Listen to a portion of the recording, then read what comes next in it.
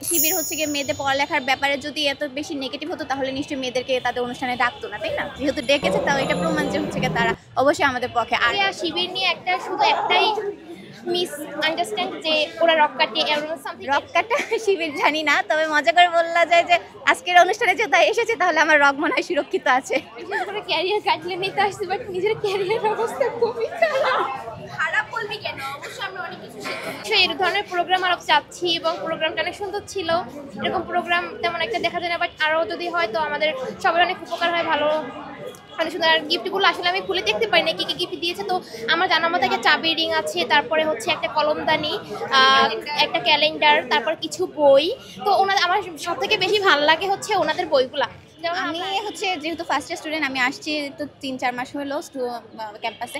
আমি আসার পরে সৌভাগ্যবশত ডাকসু পেয়েছি এবং ডাকসুতে সবার হচ্ছে শিবিরের এত গ্রহণযোগ্যতা থেকে আমরা বুঝতে পারি যে হচ্ছে শিবিরে বেশ ভালোভাবে তাদেরকে নিজেদেরকে পজিটিভলি ফুটিয়ে তুলতে পেরেছে, সক্ষম হয়েছে। এই কারণে আমরা হচ্ছে তাদেরকে ইলেক্ট করেছি। ইসলামেও এটা নেই যে নারীদেরকে ঘরের মধ্যে তোমরা বন্দি করে রাখো। ইসলামেও হচ্ছে শিক্ষার যথেষ্ট পরিমাণে আমাদের ইসলাম ধর্মে বলা হয়েছে তোমরা হচ্ছে জ্ঞান চর্চা করো, জ্ঞান হচ্ছে আহরণ করো এবং হচ্ছে গিয়ে। আর শিবির যেহেতু ইসলামিক সংগঠন বলা যায় যে ইসলামটাকে ফলো করে, তো সেই অনুযায়ী হ্যাঁ এটা হতে পারে যে হচ্ছে গিয়ে উশৃঙ্খলভাবে কিংবা হচ্ছে গিয়ে কি বলে অসামাজিকভাবে হচ্ছে মেয়েদের হয়তো ঘরের বাহিরে তারা থাকা কিংবা এগুলো সাপোর্ট করে না। এগুলো তো হচ্ছে গিয়ে নর্মাল মানুষ হিসেবে আমাদের সমাজে এগুলো এমনিও গ্রহণযোগ্য না। সো আমার মনে হয় না যে এটা কোনো ভুল কোনো কিছু।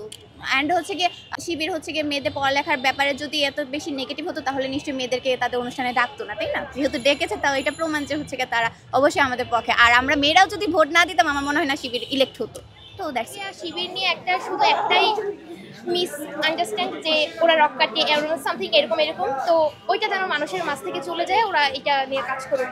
থেকে স্বপ্নের বাস্তবায়ন হচ্ছে আমরা এখান থেকে একটা গাইডলাইন পাই যে আমরা হচ্ছে আমাদের ডিপার্টমেন্টে কীভাবে থাকতে পারি বা আমাদের নিজেদের সেক্টর আছে, অ্যাপ্রোচ আছে। তো আমাদের আসলে হয় কি পথ আমাদের অনেকগুলোই খোলা থাকে, বা চলার জন্য একটা দেখানোর জন্য একজন নির্দেশক প্রয়োজন।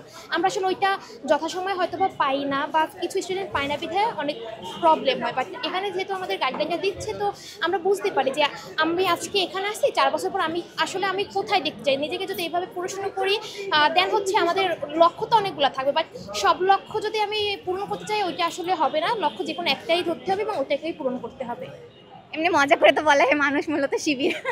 তো হচ্ছে কি আজকের আয়োজনটা বেশ ভালো লেগেছে এবং সংগঠন হিসেবে তারা নিজেদের পজিটিভ ইম্প্যাক্ট ফুটিয়ে তোলার বেশ ভালো প্রচেষ্টা চালিয়েছে এবং সেটা বেশ ভালোভাবে আমার মনে হয় যে সম্পন্ন হয়েছে। যে আগের ধারণা ছিল, তো আমি তো আর ওই টাইমে ছিলাম না কিংবা আমি কখনো প্রত্যক্ষ করিনি।